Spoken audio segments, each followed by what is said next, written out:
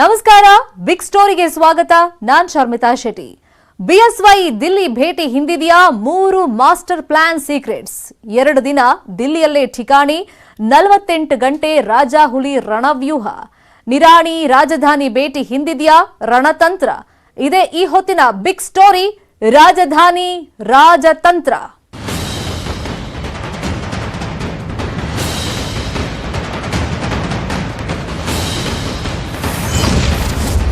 BSY ಭೇಟಿ ಹಿಂದಿದೆಯಾ 3 master plan secrets. Amit Shah ಜಿಯವರನ್ನ ಭೇಟಿ ಮಾಡ್ತೇನೆ, ರಾಜನಾಥ್ ಸಿಂಗ್ ಜಿಯವರನ್ನ ಭೇಟಿ ಮಾಡ್ತೇನೆ, ಉಳಿದೆಲ್ಲ ಪ್ರಮುಖರನ್ನು ಭೇಟಿ ಮಾಡ್ತೇನೆ. 2 ದಿನ ದಿಲ್ಲಿಯಲ್ಲೇ ಠಿಕಾಣಿ, 48 ಗಂಟೆ ರಾಜಾಹುಲಿ ರಣವ್ಯೂಹ.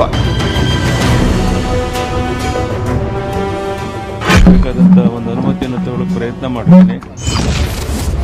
ನಿರಾಣಿ ರಾಜಧಾನಿ ಭೇಟಿ ಹೆಚ್ಚಿದ್ದರ ಹಿಂದಿದೆಯಾ ರಣತಂತ್ರ.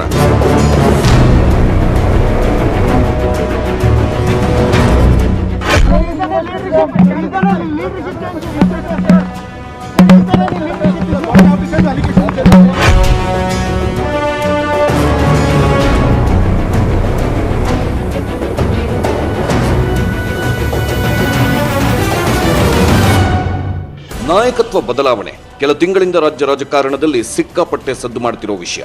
ಸಿಎಂ ಆವಾಗ ಬದಲಾಗ್ತಾರೆ, ಇವಾಗ ಬದಲಾಗ್ತಾರೆ ಅನ್ನೋ ಮಾತುಗಳು ಕೇಳಿ ಬರ್ತಾನೆ ಇದ್ವು. ಆದರೆ ಹೈಕಮಾಂಡ್ ನಾಯಕರು ಮಾತ್ರ ಸಿಎಂ ಬದಲಾವಣೆ ಮಾತೇ ಇಲ್ಲ, ಮುಂದಿನ 2 ವರ್ಷ ಯಡಿಯೂರಪ್ಪನವರೇ ಸಿಎಂ ಆಗಿ ಮುಂದುವರಿಯುತ್ತಾರೆ ಅಂತ ಹೇಳಿ ಎಲ್ಲರ ಬಾಯಿ ಮುಚ್ಚಿಸಿದ್ರು. ಇಂಥ ಟೈಮಲ್ಲೇ ಯಡಿಯೂರಪ್ಪ ದಿಢೀರ್ ದಿಲ್ಲಿ ಪ್ರವಾಸ ಕೈಗೊಂಡಿರೋದು ಸಾಕಷ್ಟು ಕುತೂಹಲ ಕೆರಳಿಸುತ್ತಿದೆ. 10 ಹಲವು ಅನುಮಾನಗಳನ್ನು ಹುಟ್ಟು ಹಾಕ್ತಾ ಇದೆ.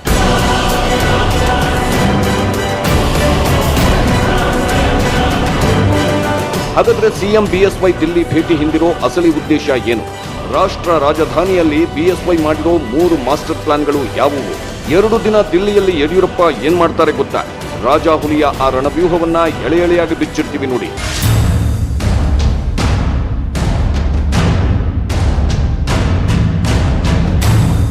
ಬಿಎಸ್ ಯಡಿಯೂರಪ್ಪ ರಾಜ್ಯ ಸರ್ಕಾರದ ರಾಜಾಹುಲಿ. ಇವರು ಏನೇ ಒಂದು ಕೆಲಸ ಮಾಡಬೇಕು ಅಂದ್ರು ಅಥವಾ ಒಂದು ನಿರ್ಣಯ ತೆಗೆಯಬೇಕಂದ್ರು ಅದರ ಹಿಂದೆ ಗೂಢಾರ್ಥಗಳಿರ್ತವೆ, ದೂರದೃಷ್ಟಿ ಇರುತ್ತೆ. ಇನ್ನು ಸಿಎಂ ದಿಲ್ಲಿಗೆ ಹೋಗೋದು ಕೂಡ ಅಪರೂಪಕ್ಕೊಮ್ಮೆ ಮಾತ್ರ. ಕಳೆದ 7 ತಿಂಗಳ ನಂತರ ಇದೇ ಮೊದಲ ಬಾರಿಗೆ ಸಿಎಂ ಬಿಎಸ್ವೈ ದಿಲ್ಲಿಗೆ ಹೋಗಿದ್ದಾರೆ. ಅಷ್ಟಕ್ಕೂ ಸಿಎಂ ಬಿಎಸ್ವೈ ದಿಲ್ಲಿಗೆ ಹೋಗಿದ್ಯಾಕೆ ಗೊತ್ತಾ? ಅದನ್ನ ಸಿಎಂ ಬಿಎಸ್ವೈ ಅವರೇ ಹೇಳ್ತಾರೆ, ಕೇಳಿ. ರಾಜ್ಯದ ಅಭಿವೃದ್ಧಿ ದೃಷ್ಟಿಯಿಂದ ಏನೇನು ಕೆಲಸ ಕಾರ್ಯಗಳಾಗಬೇಕಾಗಿದೆ ಅದೆಲ್ಲವನ್ನು ಚರ್ಚೆ ಮಾಡಿ ಎಲ್ಲರನ್ನು ಮನವರಿಕೆ ಮಾಡಿ ಅದಕ್ಕೆ ಬೇಕಾದಂಥ ಒಂದು ಅನುಮತಿಯನ್ನು ತಗೊಳ್ಳೋಕೆ ಪ್ರಯತ್ನ ಮಾಡ್ತೀನಿ. ಹೀಗಾಗಿ ಇವತ್ತು ಹೋಗ್ಬಿಟ್ಟು ನಾಳೆ ವಾಪಸ್ ಬರ್ತಾ ಇದ್ದೀನಿ. ಧನ್ಯವಾದ, ನಮಸ್ಕಾರ. 6 ತಿಂಗಳ ನಂತರ ನಾನು ಡೆಲ್ಲಿಗೆ ಬರ್ತಾ ಇದ್ದೇನೆ. ಮಾನ್ಯ ಪ್ರಧಾನಮಂತ್ರಿ ನರೇಂದ್ರ ಮೋದಿಜಿಯವ್ರನ್ನ ಭೇಟಿ ಮಾಡ್ತೇನೆ. ಮತ್ತು ಹೊಸದಾಗಿ ಯಾರು ನಮ್ಮ ಕರ್ನಾಟಕದಿಂದ ಸಚಿವರಾಗಿದ್ದಾರೆ ಅವರು ಮತ್ತು ಉಳಿದ ಎಲ್ಲರನ್ನು ನಾಳೆ ಭೇಟಿ ಮಾಡ್ತೇನೆ. ಅಮಿತ್ ಶಾ ಜಿಯವರನ್ನ ಭೇಟಿ ಮಾಡ್ತೇನೆ, ರಾಜನಾಥ್ ಸಿಂಗ್ ಜಿಯವರನ್ನ ಭೇಟಿ ಮಾಡ್ತೇನೆ, ಉಳಿದೆಲ್ಲ ಪ್ರಮುಖರನ್ನು ಭೇಟಿ ಮಾಡ್ತೇನೆ ನಾಳೆ ದಿವಸ. ಎಸ್, ಕೇಳಿದ್ರಲ್ಲ ಸಿಎಂ ಬಿಎಸ್ವೈ ಅವರು ಹೇಳಿದ್ದನ್ನ. ರಾಜ್ಯದ ಅಭಿವೃದ್ಧಿ ಕಾರ್ಯಗಳ ಬಗ್ಗೆ ಚರ್ಚೆ ನಡೆಸೋಕೆ ಸಿಎಂ ಬಿಎಸ್ವೈ ದಿಲ್ಲಿಗೆ ಹೋಗ್ತಾ ಇದ್ದಾರಂತೆ. ಇದ್ರ ಜೊತೆಗೆ ಮೇಕೆದಾಟು ಯೋಜನೆ, ಅಭಿವೃದ್ಧಿ ಚರ್ಚೆ, ಕೋವಿಡ್ ನಿಯಂತ್ರಣದ ಬಗ್ಗೆಯೂ ಸಿಎಂ ಬಿಎಸ್ವೈ ದಿಲ್ಲಿ ನಾಯಕರ ಜೊತೆಗೆ ಚರ್ಚೆ ನಡೆಸಲಿದ್ದಾರಂತೆ. ಆದರೆ ನಾಯಕತ್ವ ಬದಲಾವಣೆ ವಿಚಾರವಾಗಿ ಮಾಧ್ಯಮ ಪ್ರತಿನಿಧಿಗಳು ಕೇಳಿದ ಪ್ರಶ್ನೆಗೆ ಸಿಎಂ ಉತ್ತರಿಸದೆ ಹೊರಟು ಹೋದ್ರು. ಹೀಗಾಗಿ ಸಿಎಂ ದಿಲ್ಲಿ ಭೇಟಿಯ ರಹಸ್ಯ ಏನು ಅನ್ನೋ ಅನುಮಾನಗಳು ಎಲ್ಲರನ್ನೂ ಕಾಡ್ತಾ ಇದೆ. ನಿಜ ಹೇಳಬೇಕು ಅಂದ್ರೆ ಸದ್ಯ ರಾಜ್ಯದಲ್ಲಿ ರಾಜಕೀಯ ಬಿಕ್ಕಟ್ಟು ಏರ್ಪಟ್ಟಿಲ್ಲ, ಸಂಪುಟ ವಿಸ್ತರಣೆ ಅಥವಾ ಪುನರಚನೆಯ ವಿಷಯವೂ ಇಲ್ಲ. ಹೀಗಿರುವಾಗ ಸಿಎಂ ಬಿಎಸ್ವೈ ದಿಢೀರ್ ದಿಲ್ಲಿಗೆ ಹೋಗಿ ಅಭಿವೃದ್ಧಿ ಕಾರ್ಯಗಳ ಬಗ್ಗೆ ಚರ್ಚಿಸೋ ತುರ್ತು ಅಗತ್ಯವಿತ್ತ ಅನ್ನೋ ಅನುಮಾನಗಳು ಎದ್ದಿವೆ.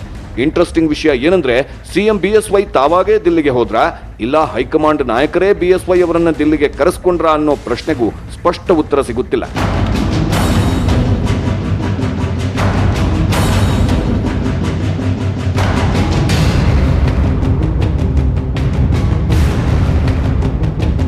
ಇನ್ನು ಸಿಎಂ ದೆಹಲಿ ಭೇಟಿ ಬಗ್ಗೆ ಸಚಿವ ವಿ ಸೋಮಣ್ಣ ಪ್ರತಿಕ್ರಿಯೆ ನೀಡಿದ್ದು, ಸಚಿವ ಸಂಪುಟ ಪುನರಚನೆ ಮಾಡೋದು ಸಿಎಂ ಪರಮಾಧಿಕಾರ. ಯಡಿಯೂರಪ್ಪ 4 ಬಾರಿ ಸಿಎಂ ಆಗಿರುವವರು, ಹೀಗಾಗಿ ಅವರಿಗೆ ಎಲ್ಲ ಅನುಭವವಿದೆ. ಅವರೊಬ್ಬ ಅನುಭವಿ ಮುಖ್ಯಮಂತ್ರಿ, ಅವರ ಪರಮಾಧಿಕಾರವನ್ನ ಅವರು ಬಳಸುತ್ತಾರೆ ಎಂದಿದ್ದಾರೆ. 4 ಬಾರಿ ಮುಖ್ಯಮಂತ್ರಿಗಳಾಗಿದ್ದಾರೆ. ಹೈಕಮಾಂಡನ್ನು ಭೇಟಿ ಮಾಡೋದು, ಮತ್ತೊಂದು ಮಾಡೋದು, ಒಬ್ಬ ರಾಜ್ಯದ ನಾಯಕರಾಗಿ ರಾಷ್ಟ್ರೀಯ ನಾಯಕರನ್ನು ಭೇಟಿ ಮಾಡ್ತಕ್ಕಂಥದ್ದು ಇವೆಲ್ಲ ಊಹಾಪೋಹ. ಏನಾಗ್ತದೆ ಏನು ಬಿಡ್ತದೋ, ಹೈಕಮಾಂಡ್ನವ್ರು ಯಾವ ರೀತಿ ಹೇಳ್ತಾರೋ ಮುಖ್ಯಮಂತ್ರಿಗಳು ಯಾವ ರೀತಿ ನಡ್ಕೊಳ್ತಾರೋ ಅದು ಅವರವರಿಗೆ ವಿವೇಚನೆಗೆ ಬಿಟ್ಟಂಥ ವಿಚಾರ. ಅದು ಪರಮಾಧಿಕಾರ, ಮುಖ್ಯಮಂತ್ರಿಗಳ ಪರಮಾಧಿಕಾರ. ಅವರು ಪರಮಾಧಿಕಾರ ಮಾಡುವಾಗ ಒಬ್ಬ ಅನುಭವಿ ಮುಖ್ಯಮಂತ್ರಿಯಾಗಿ ಅವ್ರೇನು ತೀರ್ಮಾನ ಮಾಡಬೇಕು ಅದು ಮಾಡ್ತಾರೆ. ಪ್ರಧಾನಮಂತ್ರಿಗಳ ಜೊತೆ ರಾಜ್ಯದ ಹಲವಾರು ವಿಷಯಗಳನ್ನು ಚರ್ಚೆ ಮಾಡಬೇಕಾಗುತ್ತೆ, ಅದಕ್ಕೋಸ್ಕರ ಹೋಗಿದ್ದಾರೆ. ಮುಖ್ಯಮಂತ್ರಿಗಳು ನಮ್ಮೆಲ್ಲರ ಜೊತೆಗೆ ಆಗಾಗ್ಗೆ ಸಭೆಗಳನ್ನು ಮಾಡ್ತಿರ್ತಾರೆ. ಎಲ್ಲ ಇಲಾಖೆಯ ವಿಷಯಗಳು ಮುಖ್ಯಮಂತ್ರಿಗಳ ಗಮನದಲ್ಲಿ ಅವ್ರ ತಲೆಯಲ್ಲಿ ಇರ್ತದೆ. ಹಾಗಾಗಿ ಅವ್ರು ಬೇರೆ ಹಾಗಾಗಿಯೇ ಮುಖ್ಯಮಂತ್ರಿ ಆಗಿರೋದು 4ನೇ ಬಾರಿ ಅವರು. ಅದರಿಂದ ಯಾವುದೇ ರೀತಿ ಚಿಂತನೆ ಮಾಡೋ ಅವಶ್ಯಕತೆ ಇಲ್ಲ. ಅವ್ರಿಗೆ ಸಂಪೂರ್ಣ ರಾಜ್ಯದ ಎಲ್ಲ ಇಲಾಖೆಯ ಮಾಹಿತಿ ಇದೆ. ಆ ಮಾಹಿತಿಯನ್ನು ಇಟ್ಕೊಂಡಿದ್ದಾರೆ. ಉಳಿದಂಥ ವಿಷಯ ಅವರು ವೈಯಕ್ತಿಕ. ರಾಘವೇಂದ್ರ ಅವರು ಸಂಸದರಿದ್ದಾರೆ, ಅಲ್ಲಿ ಡೆಲ್ಲಿಯಲ್ಲಿ ಇರಬೇಕಾಗಿತ್ತು, ಅಲ್ಲಿ ಇರ್ತಾರೆ.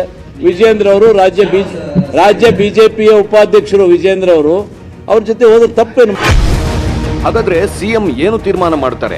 ಯಾವ ಉದ್ದೇಶದಿಂದ ಸಿಎಂ ಬಿಎಸ್ವೈ ದಿಢೀರ್ ದಿಲ್ಲಿಗೆ ಹಾರಿದ್ದಾರೆ? ಈ ಪ್ರಶ್ನೆಗಳನ್ನ ಕೆದಕುತ್ತಾ ಹೋದ್ರೆ 3 ಪ್ರಮುಖ ವಿಷಯಗಳು ಬಯಲಿಗೆ ಬರ್ತವೆ. ಆ 3 ಪ್ರಮುಖ ವಿಷಯಗಳು ಏನು ಅನ್ನೋದನ್ನ ಡೀಟೇಲ್ ಆಗಿ ತೋರಿಸ್ತೀವಿ ನೋಡಿ.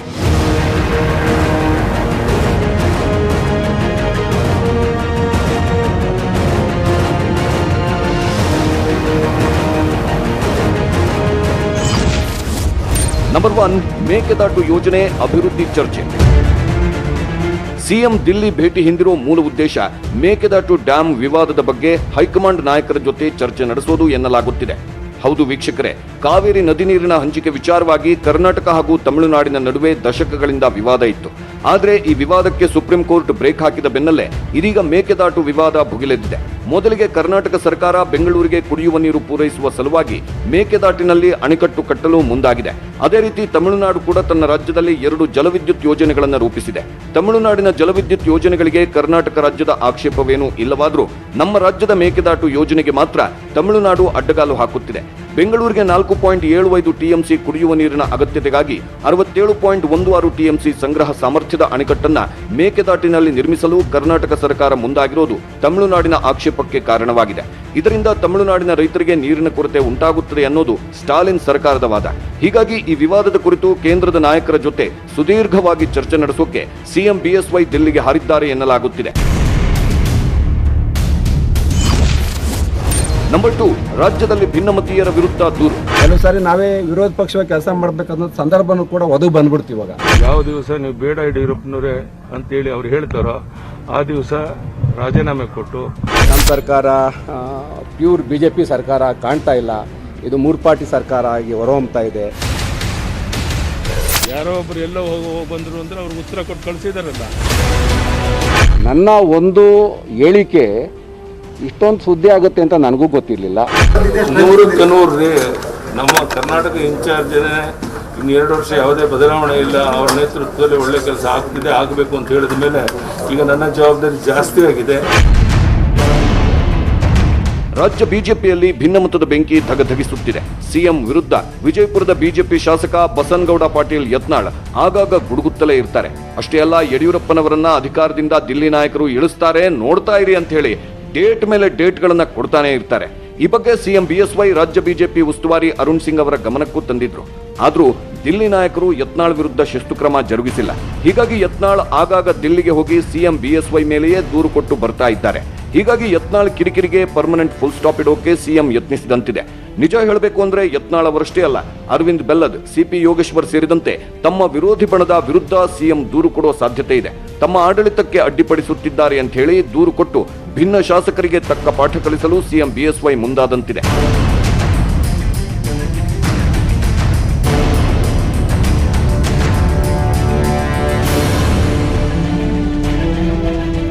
ನಿಮಗೆ ಗೊತ್ತಿರಲಿ, ಕಳೆದ ತಿಂಗಳ ಆರಂಭದಲ್ಲೇ ದಿಲ್ಲಿಗೆ ಹಾರಿದ್ದ ಸಚಿವ ಸಿಪಿ ಯೋಗೇಶ್ವರ್ ಸಿಎಂ ಬಿಎಸ್ವೈ ಮತ್ತು ಅವರ ಪುತ್ರ ಬಿವೈ ವಿಜಯೇಂದ್ರ ಅವರ ವಿರುದ್ಧ ದೂರು ಕೊಟ್ಟು ಬಂದಿದ್ರು.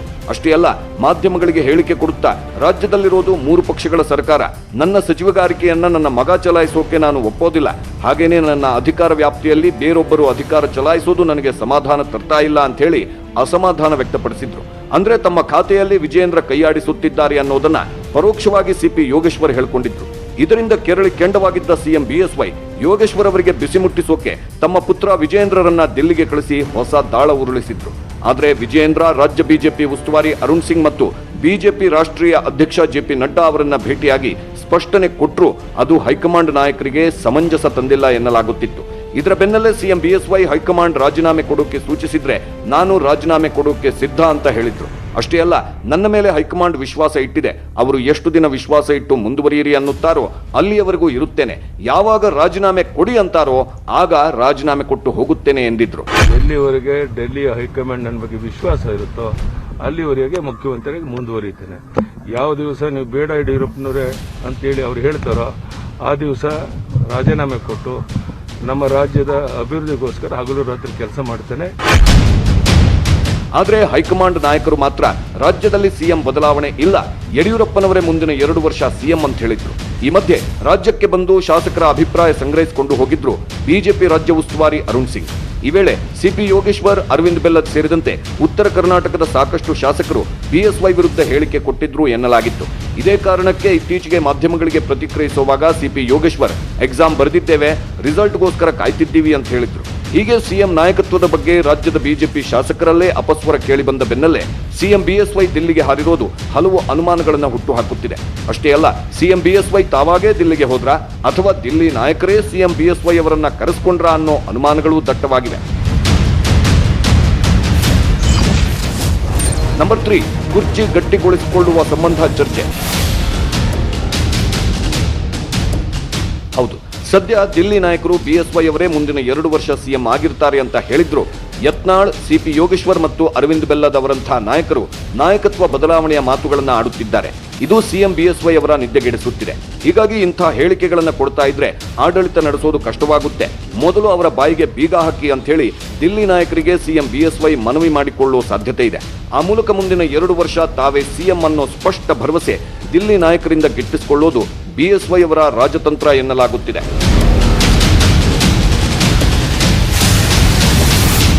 ಹೀಗೆ 3 ಮಾಸ್ಟರ್ ಪ್ಲಾನ್ಗಳೊಂದಿಗೆ ದಿಲ್ಲಿಗೆ ಹೋಗಿರೋ ಸಿಎಂ ಯಡಿಯೂರಪ್ಪನವರ ಅಭಿವೃದ್ಧಿ ಫೈಲ್ನಲ್ಲಿ ಬದಲಾವಣೆ ಪೇಜ್ಗಳು ಇವೆಯಾ? ಹಾಗಾದ್ರೆ ಏನು ಆ ಬದಲಾವಣೆ? ಅದನ್ನ ತೋರಿಸ್ತೀವಿ ಬ್ರೇಕ್ ಆದ್ಮೇಲೆ.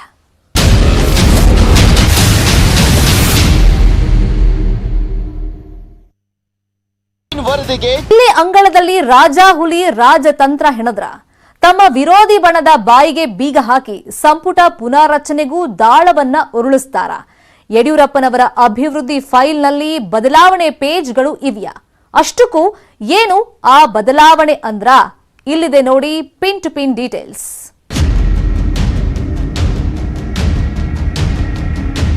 ಅವ್ರ ಮಗನ ಅಕ್ರಮ, ಅದ್ರ ಪರಿಣಾಮಗಳು ಏನು ಮುಂದೆ ಆಗ್ಬೇಕು ಆಗ್ತದೆ. ಅದು ಮರ್ಯಾದೆಗೂ ಅಂಬಾರಿ ಕೂರ್ಸೋಕೆ ಆಗಲ್ಲ.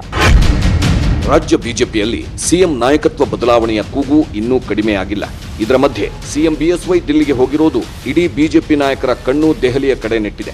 ಯಡಿಯೂರಪ್ಪನವರು ಯಾವ ಲೆಕ್ಕಾಚಾರ ಇಟ್ಕೊಂಡು ರಾಷ್ಟ್ರ ರಾಜಧಾನಿಗೆ ಹಾರಿದ್ದಾರೆ ಅನ್ನೋ ಕುತೂಹಲ ಭರಿತ ಕಣ್ಣುಗಳಿಂದ ನೋಡುತ್ತಿದ್ದಾರೆ. ಸಿಎಂ ಕಚೇರಿಯ ಮೂಲಗಳ ಪ್ರಕಾರ ಮೇಕೆದಾಟು ಯೋಜನೆ, ರಾಜ್ಯದ ವಿವಿಧ ಅಭಿವೃದ್ಧಿ ಯೋಜನೆಗಳು, ಲಸಿಕೆ ಹೆಚ್ಚುವರಿ ಮತ್ತು ಬಾಕಿ ಜಿಎಸ್ಟಿ ಅನುದಾನ ಸಂಬಂಧ ಚರ್ಚೆಗೆ ಹೋಗಿದ್ದಾರಂತೆ. ಆದರೂ ಈ ಭೇಟಿ ಇದೊಂದೇ ವಿಷಯಕ್ಕೆ ಸಂಬಂಧಪಟ್ಟಿದ್ದಲ್ಲ ಅನ್ನೋದು ರಾಜಕೀಯ ಲೆಕ್ಕಾಚಾರ. ನಿಮಗೆ ಗೊತ್ತಿರಲಿ, ಕಳೆದ ಜನವರಿ 10ರಂದು ದೆಹಲಿಗೆ ಹೋಗಿದ್ದ ಯಡಿಯೂರಪ್ಪ ಅಲ್ಲಿಂದ ಬಂದಾಗ ಶಾಕಿಂಗ್ ನ್ಯೂಸ್ ಹರಿದಾಡಿತ್ತು. ನಾಯಕತ್ವ ಬದಲಾವಣೆಗೆ ಯಡಿಯೂರಪ್ಪ ಅವರು ಒಪ್ಪಿದ್ದಾರೆ ಅನ್ನೋ ಮಾತುಗಳು ಹರಿದಾಡಿದ್ವು. ಆದರೆ ಆ ಊಹಾಪೋಹವೂ ಸಹ ನಂತರದ ದಿನಗಳಲ್ಲಿ ಸುಳ್ಳಾಗಿತ್ತು. ಇದೀಗ ಮತ್ತೆ 6 ತಿಂಗಳ ನಂತರ ದೆಹಲಿಗೆ ಹೋಗಿರೋ ಯಡಿಯೂರಪ್ಪನವರು ರಾಜ್ಯಕ್ಕೆ ಬರಬೇಕಾದ ಸವಲತ್ತುಗಳ ಬಗ್ಗೆ ಮಾತುಕತೆಯ ಜೊತೆಗೆ ಇತರೆ ಏನಾದರೂ ವಿಷಯಗಳ ಬಗ್ಗೆ ಪ್ರಸ್ತಾಪಿಸಲಿದ್ದಾರಾ ಅನ್ನೋದು ಎಲ್ಲರ ಕುತೂಹಲದ ಪ್ರಶ್ನೆ. ಇನ್ನು ದೆಹಲಿ ಪ್ರವಾಸದಲ್ಲಿರೋ ಸಿಎಂ ಬಿಎಸ್ ಯಡಿಯೂರಪ್ಪ ಪ್ರಧಾನಿ ಮೋದಿಯನ್ನ ಭೇಟಿ ಮಾಡಿದ್ದಾರೆ. ಲೋಕ ಕಲ್ಯಾಣ ಮಾರ್ಗದಲ್ಲಿರುವ ಪಿಎಂ ನಿವಾಸದಲ್ಲಿ ರಾಜ್ಯದ ಅಭಿವೃದ್ಧಿ ಯೋಜನೆಗಳ ಬಗ್ಗೆ ಚರ್ಚಿಸಿದ್ದು ಹೆಚ್ಚಿನ ಅನುದಾನಕ್ಕಾಗಿ ಮನವಿ ಮಾಡಿದ್ದಾರೆ ಸಿಎಂ ಯಡಿಯೂರಪ್ಪ. ಸಭೆ ಬಳಿಕ ಮಾತನಾಡಿದ ಸಿಎಂ, ನಾಯಕತ್ವ ಬದಲಾವಣೆ ಬಗ್ಗೆ ನನಗೆ ಗೊತ್ತಿಲ್ಲ, ರಾಜ್ಯದ ಅಭಿವೃದ್ಧಿ ಯೋಜನೆಗಳ ಬಗ್ಗೆ ಚರ್ಚೆ ಮಾಡಿದ್ದೇನೆ ಎಂದರು. ಮೇಕೆದಾಟು ಯೋಜನೆ ಬಗ್ಗೆ ಕೇಳಿದ ಪ್ರಶ್ನೆಗೂ ಏನೂ ಉತ್ತರಿಸದ ಯಡಿಯೂರಪ್ಪ ನಕ್ಕು ಹೊರಟು ಹೋದರು. ಸಾಲು ಸಾಲು ಶಾಸಕರಿಂದ ದಿಲ್ಲಿಯಲ್ಲಿ ದೂರು. ಹೌದು ವೀಕ್ಷಕರೇ, ಬಿಜೆಪಿ ಶಾಸಕ ಬಸನಗೌಡ ಪಾಟೀಲ್ ಯತ್ನಾಳ್ ಕಳೆದ ಜುಲೈ 9ರಂದು ದಿಢೀರ್ ದಿಲ್ಲಿಗೆ ಹೋಗಿದ್ರು. ಮೂಲಗಳ ಪ್ರಕಾರ ಅವರು ಸಿಎಂ ಬಿಎಸ್ವೈ ಮತ್ತು ಅವರ ಪುತ್ರ ಬಿವೈ ವಿಜಯೇಂದ್ರ ಅವರ ವಿರುದ್ಧ ದೂರುಗಳ ಸರಮಾಲೆಯನ್ನೇ ಸಲ್ಲಿಸಿದ್ರಂತೆ. ನಿಜ ಹೇಳಬೇಕು ಅಂದ್ರೆ ಯತ್ನಾಳ್ಗೂ ಮುನ್ನ ಸಚಿವ ಮುರುಗೇಶ್ ನಿರಾಣಿ ಕೂಡ ದಿಲ್ಲಿಗೆ ಹೋಗಿ ಬಂದಿದ್ರು. ಆದ್ರೆ ಮುರುಗೇಶ್ ನಿರಾಣಿ ಅವರು ಪದೇ ಪದೇ ದಿಲ್ಲಿಗೆ ಯಾಕೆ ಹೋಗಿ ಬರ್ತಿದ್ದಾರೆ ಅನ್ನೋದು ಕೂಡ ನಿಗೂಢವಾಗಿದೆ. ಎಲ್ಲ ಬೆಳವಣಿಗೆಗಳ ಮಧ್ಯೆ ಸಿಎಂ ಬಿಎಸ್ವೈ ನಾಯಕತ್ವದ ಪರ ದಿಲ್ಲಿಯಲ್ಲಿ ಬ್ಯಾಟಿಂಗ್ ಮಾಡೋಕೆ ಸಿಎಂ ರಾಜಕೀಯ ಕಾರ್ಯದರ್ಶಿ ಎಂಪಿ ರೇಣುಕಾಚಾರ್ಯ ಅಂಡ್ ಟೀಮ್ ರೆಡಿಯಾಗಿತ್ತು. ಆದರೆ ಸಿಎಂ ಬಿಎಸ್ವೈ ಯಾರೂ ದಿಲ್ಲಿಗೆ ಹೋಗಬೇಕಾಗಿಲ್ಲ ಎಂದು ಆಪ್ತ ವಲಯದ ಶಾಸಕರಿಗೆ ತಾಕೀತು ಮಾಡಿದ್ರು. ಹೀಗಾಗಿದ್ರೂ ಇದೇ ತಿಂಗಳ 21, 22ರಂದು ಕೆಲವು ಶಾಸಕರು ದೆಹಲಿಗೆ ಹೋಗಬೇಕು ಅಂತಿದ್ದೇವೆ ಎಂದು ಸಿಎಂ ರಾಜಕೀಯ ಕಾರ್ಯದರ್ಶಿ ರೇಣುಕಾಚಾರ್ಯ ಹೇಳಿದ್ದಾರೆ. ನಾನು ಹೇಳಿದ್ದೀನಿ, ಅವತ್ತು ಸಹಿ ಮಾಡಿದ್ದು ಸತ್ಯ, ತೋರಿಸಿದ್ದು ಸತ್ಯ. ನಾನು ನಾಯಕತ್ವ ಬದಲಾವಣೆ ವಿಚಾರದಲ್ಲಿ ಯಾರು ತಲೆಟ ಅವರಿಗೆ ಉತ್ತರ ಕೊಟ್ಟೆ. ಮುಖ್ಯಮಂತ್ರಿಗಳು ರಾಜ್ಯದ ಅಧ್ಯಕ್ಷರ ಮೇಲೆ ಕೈ ಬಿಟ್ಟೆ ಅಂತ ಹೇಳಿದ್ದೀನಿ. ದಿಲ್ಲಿಗೆ ಹೋಗ್ತೀವಿ ಅಂತ ಹೇಳಿದ್ರೆ ಸತ್ಯ. ನಾವು ವರಿಷ್ಠರ ಭೇಟಿ ಆದರೆ ಒಂದು ಕ್ಷೇತ್ರದ ಅಭಿವೃದ್ಧಿ ಕಡೆ ಗಮನ ಹರಿಸ್ತೀವಿ. ನೋಡಪ್ಪ, ನಾವು 21, 22ಕ್ಕೆ ದಿಲ್ಲಿಗೆ ಹೋಗ್ತೀವಿ. ಯಡಿಯೂರಪ್ಪನವರು ರಾಜ್ಯದ ಮುಖ್ಯಮಂತ್ರಿಯಾಗಿ ನಾವು ಸ್ಪಷ್ಟವಾಗಿ ಹೇಳಿದ್ವಿ, ಯಾರು ಪದೇ ಪದೇ ನಾಯಕತ್ವ ವಿರುದ್ಧ ಮಾತ್ರ ಅಂತ ಕ್ರಮ ತಗೋಬೇಕು ಅಂತ ಹೇಳಿದ್ವಿ. ಸವಾಲು ಹಾಕಿದ್ವಿ, ಗೆದ್ಬಾರಪ್ಪ ರಾಜೀನಾಮೆ ಕೊಟ್ಟು ಅಂತ ಹೇಳಿದ್ವಿ. ಅದು ಪದೇ ಪದೇ ಮಾತಾಡಲ್ಲ.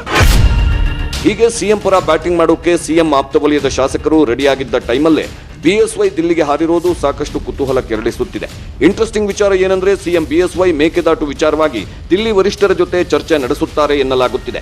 ಒಂದ್ ವೇಳೆ ಮೇಕೆದಾಟು ವಿಚಾರವಾಗಿ ಚರ್ಚೆ ನಡೆಸೋದೇ ಆಗಿದ್ರೆ ಕಾನೂನು ತಜ್ಞರನ್ನ ತಮ್ಮ ಬಳಿ ಕರೆದುಕೊಂಡು ಹೋಗಬೇಕಾಗಿತ್ತು. ಆದ್ರೆ ಈ ಸಲ ಸಿಎಂ ಬಿಎಸ್ವೈ ಜೊತೆ ಅಧಿಕಾರಿಗಳಾಗ್ಲಿ ಸಂಪುಟದ ಸಹೋದ್ಯೋಗಿಗಳಾಗ್ಲಿ ಸಿಎಂ ಜೊತೆ ಹೋಗಿಲ್ಲ. ಬದಲಿಗೆ ಸಿಎಂ ಜೊತೆ ಮಕ್ಕಳಾದ ವಿಜಯೇಂದ್ರ, ಸಂಸದ ರಾಘವೇಂದ್ರ ಹಾಗೂ ಮೊಮ್ಮಗ ಶಶಿಧರ್ ದೆಹಲಿಗೆ ತೆರಳಿದ್ದಾರೆ. ಬಿಎಸ್ವೈ ಕುಟುಂಬದ ವಿರುದ್ಧ ಒಂದಿಷ್ಟು ಭ್ರಷ್ಟಾಚಾರದ ಆರೋಪ ಕೇಳಿಬಂದ ಹಿನ್ನೆಲೆಯಲ್ಲಿ ಈ ಭೇಟಿ ಮಹತ್ವ ಪಡೆದುಕೊಂಡಿದೆ ಅನ್ನೋ ಮಾತುಗಳು ಕೇಳಿ ಬರ್ತಾ ಇವೆ. ಯತ್ನಾಳ್, ಬೆಲ್ಲದ್ ಮತ್ತು ಯೋಗೇಶ್ವರ್ ದಿಲ್ಲಿಗೆ ಹೋಗಿ ಸಿಎಂ ವಿರುದ್ಧ ದೂರು ಕೊಟ್ಟು ಬಂದಿದ್ರು ಅನ್ನೋ ಮಾತುಗಳಿವೆ. ಆದ್ರೆ ಸಚಿವ ಮುರುಗೇಶ್ ನಿರಾಣಿ ಪದೇ ಪದೇ ದಿಲ್ಲಿಗೆ ಹೋಗಿ ಬರ್ತಾ ಇರೋದು ಯಾಕೆ? ರಾಷ್ಟ್ರ ರಾಜಧಾನಿಯಲ್ಲಿ ರಾಜತಂತ್ರ ಹೆಣಿತಾ ಇದ್ದಾರ? ಆ ಕುರಿತ ರಿಪೋರ್ಟ್ ಅನ್ನ ತೋರಿಸ್ತೀವಿ ಚಿಕ್ಕದೊಂದು ಬ್ರೇಕ್ ಆದ್ಮೇಲೆ.